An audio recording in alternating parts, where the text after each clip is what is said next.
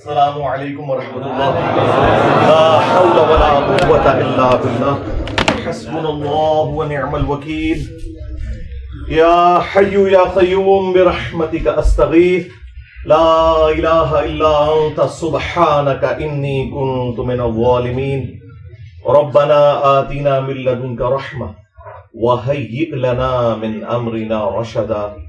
اللہم صل علی محمد وعلى آل محمد وأصحاب محمد وأزواج محمد وأمة محمد أجمعين إلى يوم الدين آمين. الحمد لله رب العالمين والصلاة والسلام على سيد الأنبياء والمرسلين وعلى آله وأصحابه وأزواجه أجمعين إلى يوم الدين. الحمد للہ آج 6 اگست 2023 کو سنڈے کے دن بمطابق 18 محرم الحرام 1445 ہجری میں آج ہمارا یہ پبلک سیشن نمبر 106 منعقد ہونے جا رہا ہے. آپ کے یہ سوالات ریئل ٹائم پرچیوں کی شکل میں میرے پاس آ چکے ہیں. انشاءاللہ میں انہیں بعد میں ڈسکس کروں گا. پہلے کرنٹ افیئر کے طور پر ایک ایشو جو آلموسٹ 1 مہینے سے پاکستان کے مین میڈیا کی نیوز کے اندر ہے اور انسانیت کا درد رکھنے والے جتنے صحافی ہیں انہوں نے اس ایشو کو گرم رکھا ہوا ہے جب تک کہ اس میں سے کوئی رزلٹ نکل نہ آئے. وہ پاکستان کے کیپٹل سٹی اسلام آباد میں ایک سول جج ہیں جو اس وقت بھی جج ہیں. ان کے گھر میں جو ڈومیسٹک وائلنس والا ایشو ہوا ہے، چھوٹی بچی ایک ملازمہ رکھی ہوئی تھی انہوں نے، آلموسٹ اس کی 13-14 سال عمر تھی، رضوانہ نام کی. وہ مظلوم بچی غریب ماں باپ کی بچی تھی اور اسلام آباد میں اس طرح آپ کو گھر میں کام کرنے والے بچے نظر آتے ہیں. اگرچہ انہی عدالتوں نے باقاعدہ رولز اور ریگولیشنز پاس کیے ہوئے ہیں کہ چھوٹے بچے گھروں میں ملازمت نہیں کریں گے، قانون موجود ہے. اس کے اوپر یہی لوگ ہمیں بھاشن بھی دیتے ہیں کہ گھروں کے اندر چھوٹے بچوں کو یا دکانوں کے اوپر ملازمین نہ رکھا جائے بلکہ ان کی تعلیم فری کی جائے. اور یہی لوگ جو لوگوں کو انصاف دینے والے ہیں، جب ان کے گھر سے اس طرح کی رپورٹ نکلی ہے تو میرا خیال ہے پاکستان کی پوری عدلیہ کے لیے یہ ایک شرمناک چیز ہے. میں حیران ہوں کہ ہمارے ججز جو لوگوں کو یہ درس دیا کرتے تھے کہ انسانیت کا درد ہونا چاہیے اور آپ لوگوں کے حقوق کا خیال رکھیں، قانون کی پاسداری ہو، وہ سارے کے سارے لوگ بالکل اس مسئلے میں خاموش بیٹھے ہوئے ہیں.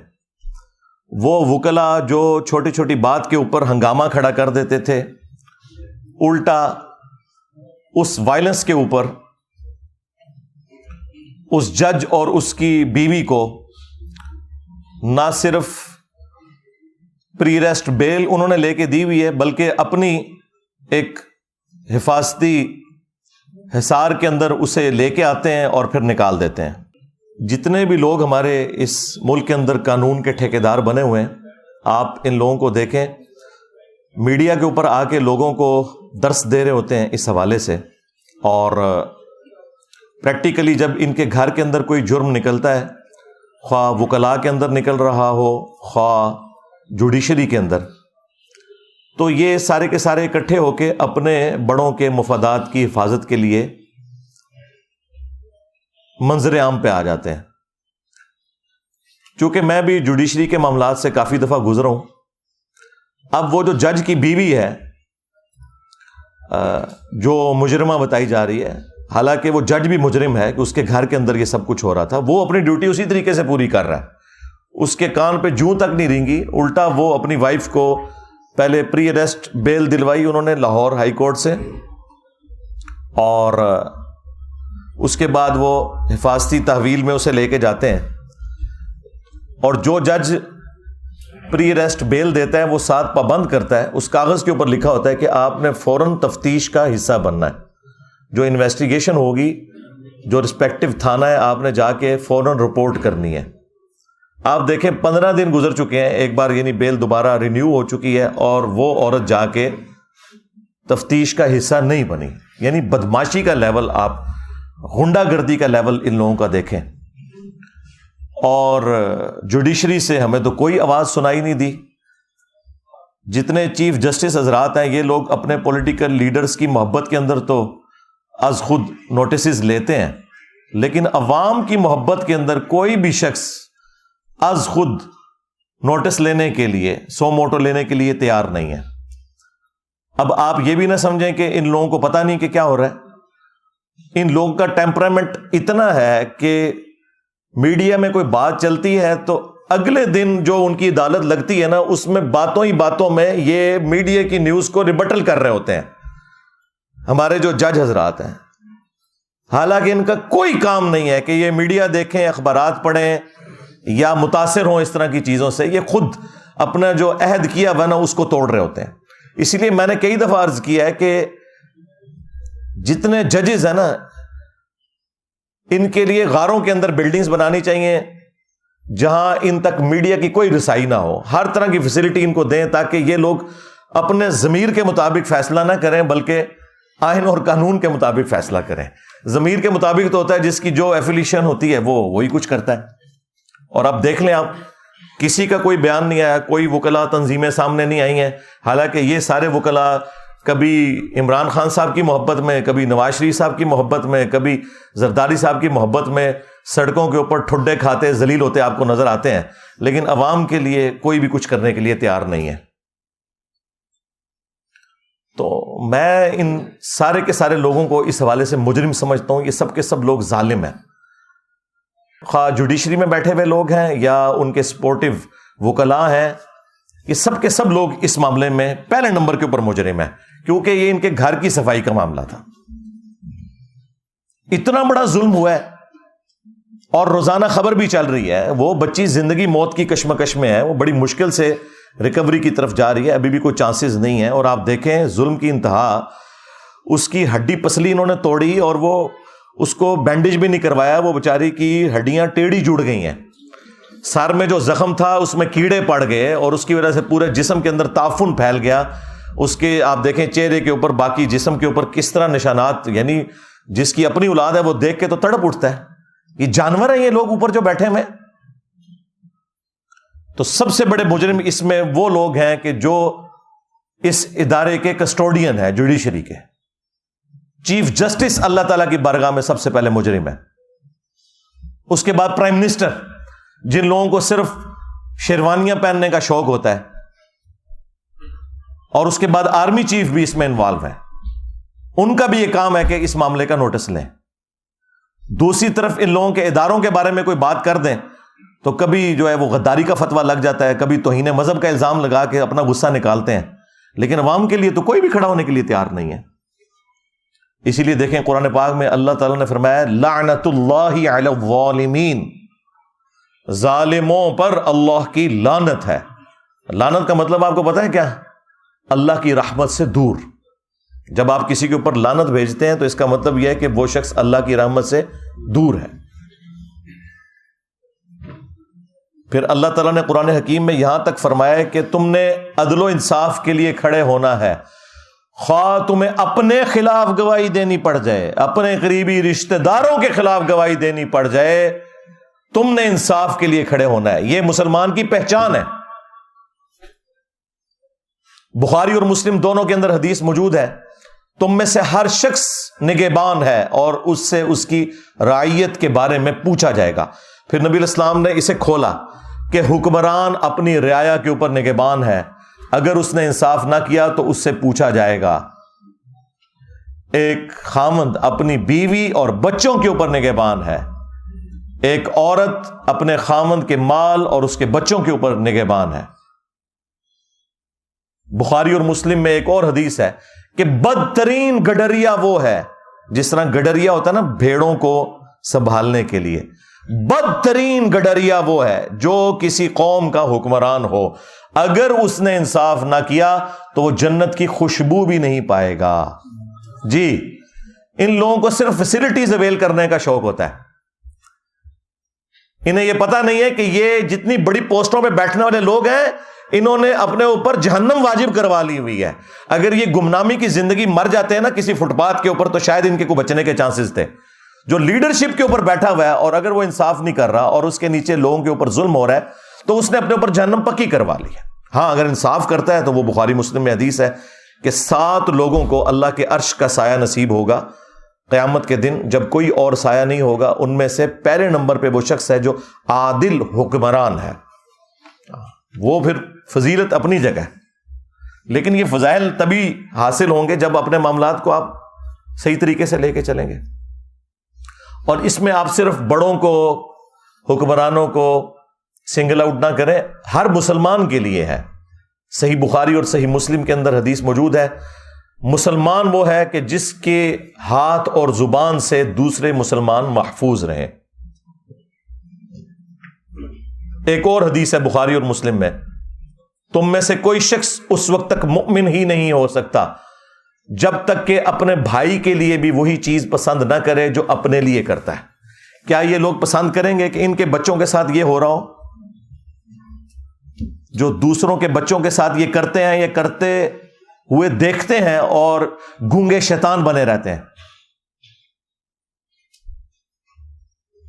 ہمارا دین تو ہمیں یہ سکھاتا تھا کہ بخاری اور مسلم دونوں میں حدیث ہے کہ مسلمان ایک جسم کی مانند ہے. جسم کے کسی حصے میں تکلیف ہوتی ہے تو پورا جسم اس تکلیف کو محسوس کرتا ہے. نبی الاسلام نے یعنی اس میں فرمایا کہ باہمی اخوت, محبت اور بھائی چارے میں ایک جسم کی مانند ہے. اور مسلم میں تو یہاں تک الفاظ ہیں کہ اگر آنکھ میں تکلیف ہوتی ہے تو پورا جسم اس تکلیف کو محسوس کر کے رات جاگ کے کاٹتا ہے. یہ حالت ہونی چاہیے ایک مسلمان کی. اور یہاں مسلمان کیا کر رہے ہیں؟ اسی لیے صحیح بخاری میں حدیث ہے, جس نے کسی بندے کے ساتھ کوئی لین دین کا معاملہ کسی بھی اعتبار سے حقوق العباد کا کرنا ہے وہ دنیا میں کر لے, کیونکہ آخرت میں پھر نیکیاں دینی پڑیں گی. ہاں, اور اس کو سپورٹو وہ جو مسلم کی حدیث ہے وہ اتنی رکت انگیز حدیث ہے, میں جتنی دفعہ اسے بیان کرتا ہوں کانپ اٹھتا ہوں. صحیح مسلم کے اندر یہ حدیث موجود ہے. اللہ کے محبوب صلی اللہ علیہ وآلہ وسلم نے اپنے صحابہ کرام سے پوچھا, جانتے ہو مفلس کون ہے؟ تو صحابہ کرام نے کہا کہ ہم تو مفلس اور غریب اسی کو سمجھتے ہیں جس کے پاس دنیا کا کوئی مال و متاع نہ ہو, درہم اور دینار نہ ہو, کوئی دولت نہ ہو. تو آپ صلی اللہ علیہ وآلہ وسلم نے فرمایا کہ میری امت کا مفلس وہ ہے کہ جو قیامت والے دن اس حال میں آیا کہ اس کے نامہ اعمال میں پہاڑوں کے برابر نماز, روزہ, حج, زکوٰۃ کی نیکیاں ہوں گی. یعنی یہ سارے مذہبی قسم کے لوگ, لیکن اس حال میں آیا کہ دنیا میں کسی کو گالی دی, کسی کو مارا پیٹا, کسی کا خون بہایا, کسی کو ذہنی ٹینشن دی. وہ سارے کے سارے حقوق العباد کے معاملات نبی الاسلام نے گنوائے. فرمایا کہ سب کے سب لوگ پھر قیامت والے دن اللہ کے حضور انصاف کے لیے جب حاضر ہوں گے تو اللہ تعالیٰ ان سے کہے گا کہ آج تو اس کے پاس کچھ نہیں ہے, اس کی نیکیوں میں سے لے کے جاؤ. جس قدر اس نے دنیا میں تکلیف دی تھی نا اس اعتبار سے اس کی نیکیاں لو. حتیٰ کہ اللہ کے محبوب صلی اللہ علیہ وآلہ وسلم فرماتے ہیں کہ اس کا نامہ اعمال خالی ہو جائے گا. ہاں جی, نماز, روزہ, حج, زکوٰۃ جس کے اوپر یہ لوگ اتراتے ہیں, حرام خوریاں کرتے ہیں, ملاوٹ والا مال بیچتے ہیں, اور رمضان شریف میں خانہ کعبہ شریف کے صحن میں مسجد نبوی کے اندر اعتکاف کی پہلی بکنگ کروائی ہوئی ہوتی ہے. لعنت ہے تمہارے روزوں اور نمازوں کے اوپر اگر تم حرام خوریاں کر رہے ہو تو, دھوکہ دے رہے ہو. پھر نبی السلام فرماتے ہیں کہ اس کی نیکیاں خالی ہو جائیں گی. ابھی بھی کچھ لوگ باقی ہوں گے جنہوں نے بدلہ لینا ہوگا. تو اللہ تعالیٰ فرمائے گا اب تو یہ ختم ہو گیا, اب اس طرح کرو کہ تمہارے گناہ اس کے نامہ اعمال میں ڈالے جائیں گے. سرکار یہ صحیح مسلم شریف ہے, مولانا شریف نہیں ہے. اور پھر اسے اوندھا منہ کر کے جہنم میں پھینک دیا جائے گا. وَلِعَوْذُ بِاللَّهِ تَعَالَى اللَّهُمَّ أَجِرْنَا مِنَ النَّارِ آمین. تو یہ اسلام کی تعلیمات صرف ہماری کتابوں میں لکھی رہ گئی، پریکٹیکلی نہ ہمیں بتانے والوں نے عمل کیا، اور نہ وہ پبلک جو عشق رسول کے نعرے لگانے والی تھی اس نے عمل کیا۔ ہاں، آپ نے پریکٹیکلی انسانیت کی قدر دیکھنی ہے تو ان ملکوں میں دیکھیں جنہیں آپ کافر ملک کہتے ہیں، وہاں تو جانوروں کی بھی قدر ہے۔ جنت پھر بھی تسی جانا ہے، پتہ لگ جائے گا کتنے جاندے ہو تسی۔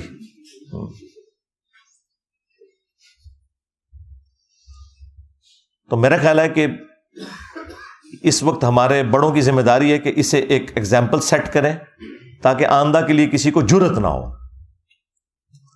عوام کے لیے بھی کوئی سینسٹیو ہو نا، ہر کوئی اپنے ادارے کے لیے سینسٹیو نظر آتا ہے آپ کو،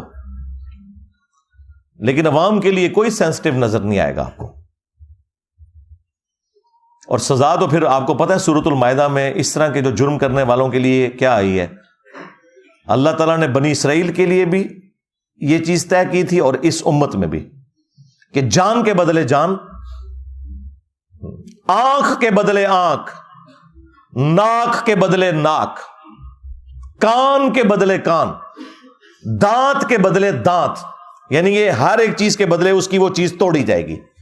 اور پھر اللہ تعالیٰ نے ساتھ اس کے کنکلوڈ کیا یہ بات کرتے ہوئے کہ ہر زخم کے بدلے اسی لیول کا زخم اس کا بدلہ ہے دنیا میں۔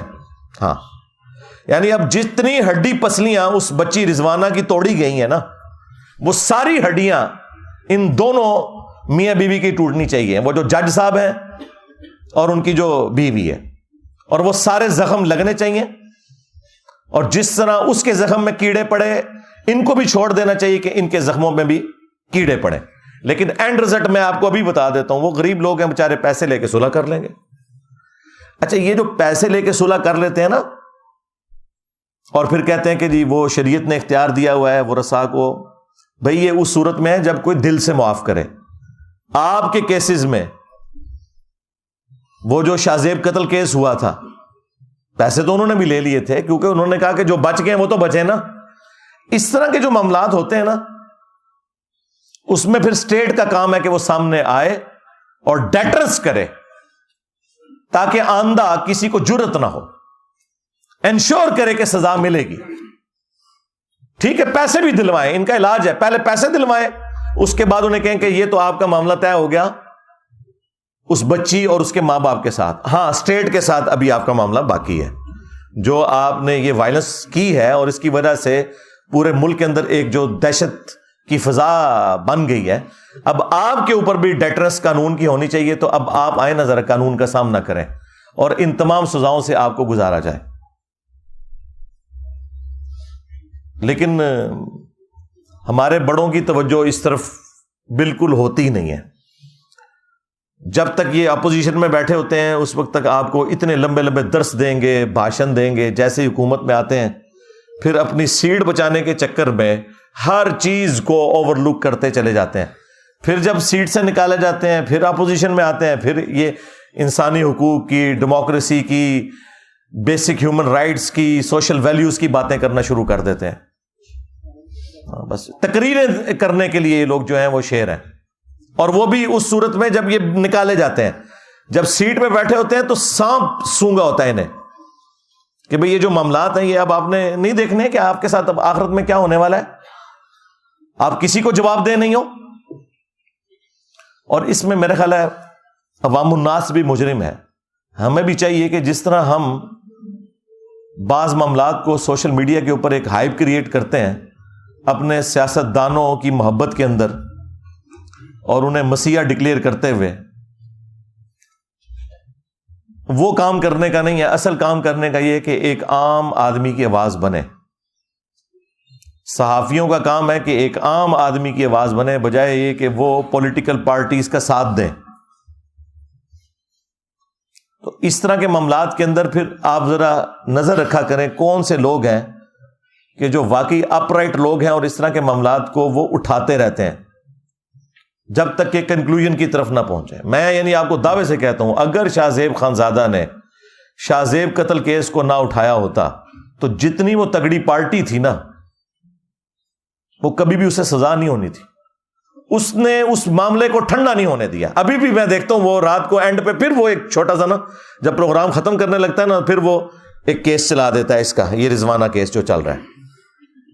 یہ باقی صحافیوں کو بھی چاہیے کہ اس طرح کے معاملات کو گود لے لیں اور روزانہ ڈسکس کریں, اول و آخر جسے کہتے ہیں نا ڈسکس کریں, مین بلٹن کے اندر بار بار اسے ڈسکس کریں, جس طرح میں اب دیکھ رہا ہوں کچھ میڈیا چینلز کر رہے ہیں. بہت اچھی چیز ہے اور یہ میڈیا کی برکات ہے کہ آپ کو یہ چیزیں پتہ چل رہی ہیں, ورنہ آپ کے بڑوں نے تو آپ کو بس اسی کھاتے میں رکھا ہوا تھا کہ فوج کا پالیٹکس میں کردار ہونا چاہیے یا نہیں ہونا چاہیے. ہاں, عمران خان صاحب کو جیل جانا چاہیے کہ نہیں جانا چاہیے, نواز شریف صاحب کی سزائیں معاف ہونی چاہیے یا نہیں معاف ہونی چاہیے. بس آپ کو اس طرح کے معاملات کے اندر انہوں نے بیزی رکھا ہوا ہے اور اصل جو معاملات ہیں اس سے نگاہ ہٹائی ہوئی ہے. تو میں نے یہ ضروری سمجھا, میں نے بڑا ٹھنڈا کر کے اس معاملے کو, میں فوراً کوئی ورڈکٹ نہیں دیتا اس لیے کہ بعض اوقات فیک نیوز بھی آ جاتی ہیں. ابھی بھی کچھ نیوز ایسی ہیں جو مارکیٹ میں چل رہی ہیں, لیکن میں ان کے اوپر اس لیے بات نہیں کر رہا کہ جب تک وہ معاملات کلیئر ہو کے سامنے نہیں آتے نا اس وقت تک کوئی ورڈکٹ اختیار کرنا وہ پھر خام خواہ ایک غلط چیز کو فیم دینے والی بات ہوتی ہے. میں اشارتاً بات کر رہا ہوں, وہ انشاءاللہ تعالی جب معاملات میچور ہوں گے تو میں اس کے اوپر بھی کوئی نہ کوئی ورڈکٹ دوں گا. بہرحال اس معاملے کے اوپر تو اب گورنمنٹ کا کام ہے کہ یہ سزا والا معاملہ کرے, اور دوسری طرف ان کے جب اپنے گھروں کے مسئلے آتے ہیں تو آپ دیکھیں گے فوراً ججوں کو بھی فارغ کر دیتے ہیں, پولیس آفیسرز بھی سسپینڈ ہو جاتے ہیں, کورٹ مارشل بھی ہو جاتے ہیں. جب اپنی ذات کی باری کسی کی آتی بڑے کی, جب ایک عام غریب آدمی کی باری آتی ہے تو صرف یہ آپ کو صرف درس و بیان دینے کے لیے یہ لوگ تیار ہیں اور آپ کو یعنی آخرت اورینٹڈ کریں گے. دنیا میں وہ کہیں گے بھائی دنیا آپ کے لیے اب جہنم ہی ہے, ہاں, اور اپنے لیے دنیا بھی جنت بنائی ہوئی ہے اور آخرت بھی جنت ایکسپیکٹ کر رہے ہیں. یہ تو جب مریں گے تو لگ پتہ جائے گا. وَلِعَوْذُ بِاللَّهِ تعالی صلوا علی محمد وآل محمد اللہم صلی علی محمد وعلی آل محمد واصحاب محمد وازواج محمد وامت محمد اجمعین الی یوم الدین آمین. اللہم انی اسألک بانک انت اللہ لا الہ الا انت الاحد الصمد الذی لم یلد ولم یولد ولم یکن له کفوا احد وإلہکم الہ واحد لا الہ الا هو الرحمن الرحیم الف لام میم اللہ لا الہ الا هو الحی القیوم اللہم صلی علی محمد وعلی آل محمد اللہم ربنا آتنا فی الدنیا حسنہ وفی الآخرة حسنة وقنا عذاب النار ربنا آتنا من لدنک رحمہ وهيئ لنا من امرنا رشدا لا الہ الا انت سبحانك انی كنت من الظالمین. اللہم ربنا آتنا فی الدنیا حسنة وفی الآخرة حسنة وقنا عذاب النار. اللہم اغفر لحینا ومیتنا وشاہدنا وغائبنا وصغیرنا وکبیرنا وذکرنا وانثانا. اللہم من احییتہ منا فاحیہ علی الاسلام ومن توفیتہ منا فتوفہ علی الایمان. ربنا هب لنا من ازواجنا وذریاتنا قرۃ اعین وجعلنا للمتقین اماما رب ارحمہما کما ربیانی صغیرا. اے اللہ ہماری، ہمارے ماں باپ کی، ہمارے بیوی بچوں کی، ہمارے رشتہ داروں کی، پوری دنیا کے مسلمانوں کی تمام دینی دنیاوی جسمانی روحانی ظاہری باطنی پریشانیاں تکلیف مصیبتیں دکھ درد بیماریاں دشواریاں دور فرما. جن جن بھلائیوں کا سوال تیرے محبوب صلی اللہ علیہ وآلہ وسلم نے تجھ سے کیا تمام مسلمانوں کے حق میں قبول و منظور فرما. جن جن چیزوں کے شر سے تیرے محبوب صلی اللہ علیہ وآلہ وسلم نے تیری پناہ طلب کی ہم تمام مسلمانوں کو ان چیزوں کے شر سے اپنی پناہ عطا فرما. خصوص بالخصوص کشمیر، انڈیا، فلسطین، چائنا، یمن، عراق، شام، افغانستان، پاکستان میں جہاں کہیں مسلمان کس پرسی کی زندگی گزار رہے ہیں، غیب سے ان کی عزت آبرو جان و مال کی حفاظت فرما. حاضرین کے جو چھوٹے بڑے رشتہ دار فوت ہو چکے ان کی مغفرت فرما. حاضرین میں سے جو بیمار ہیں یا ان کے رشتہ دار بیمار ہیں انہیں شفا کلی عطا فرما. اور نیک دلی جائز دعاؤں کو قبول و منظور فرما۔ اے اللہ ہمارے ملک پاکستان کی خیر فرما، اندرونی اور بیرونی خطرات سے محفوظ فرما، پورے عالم اسلام کی خیر فرما۔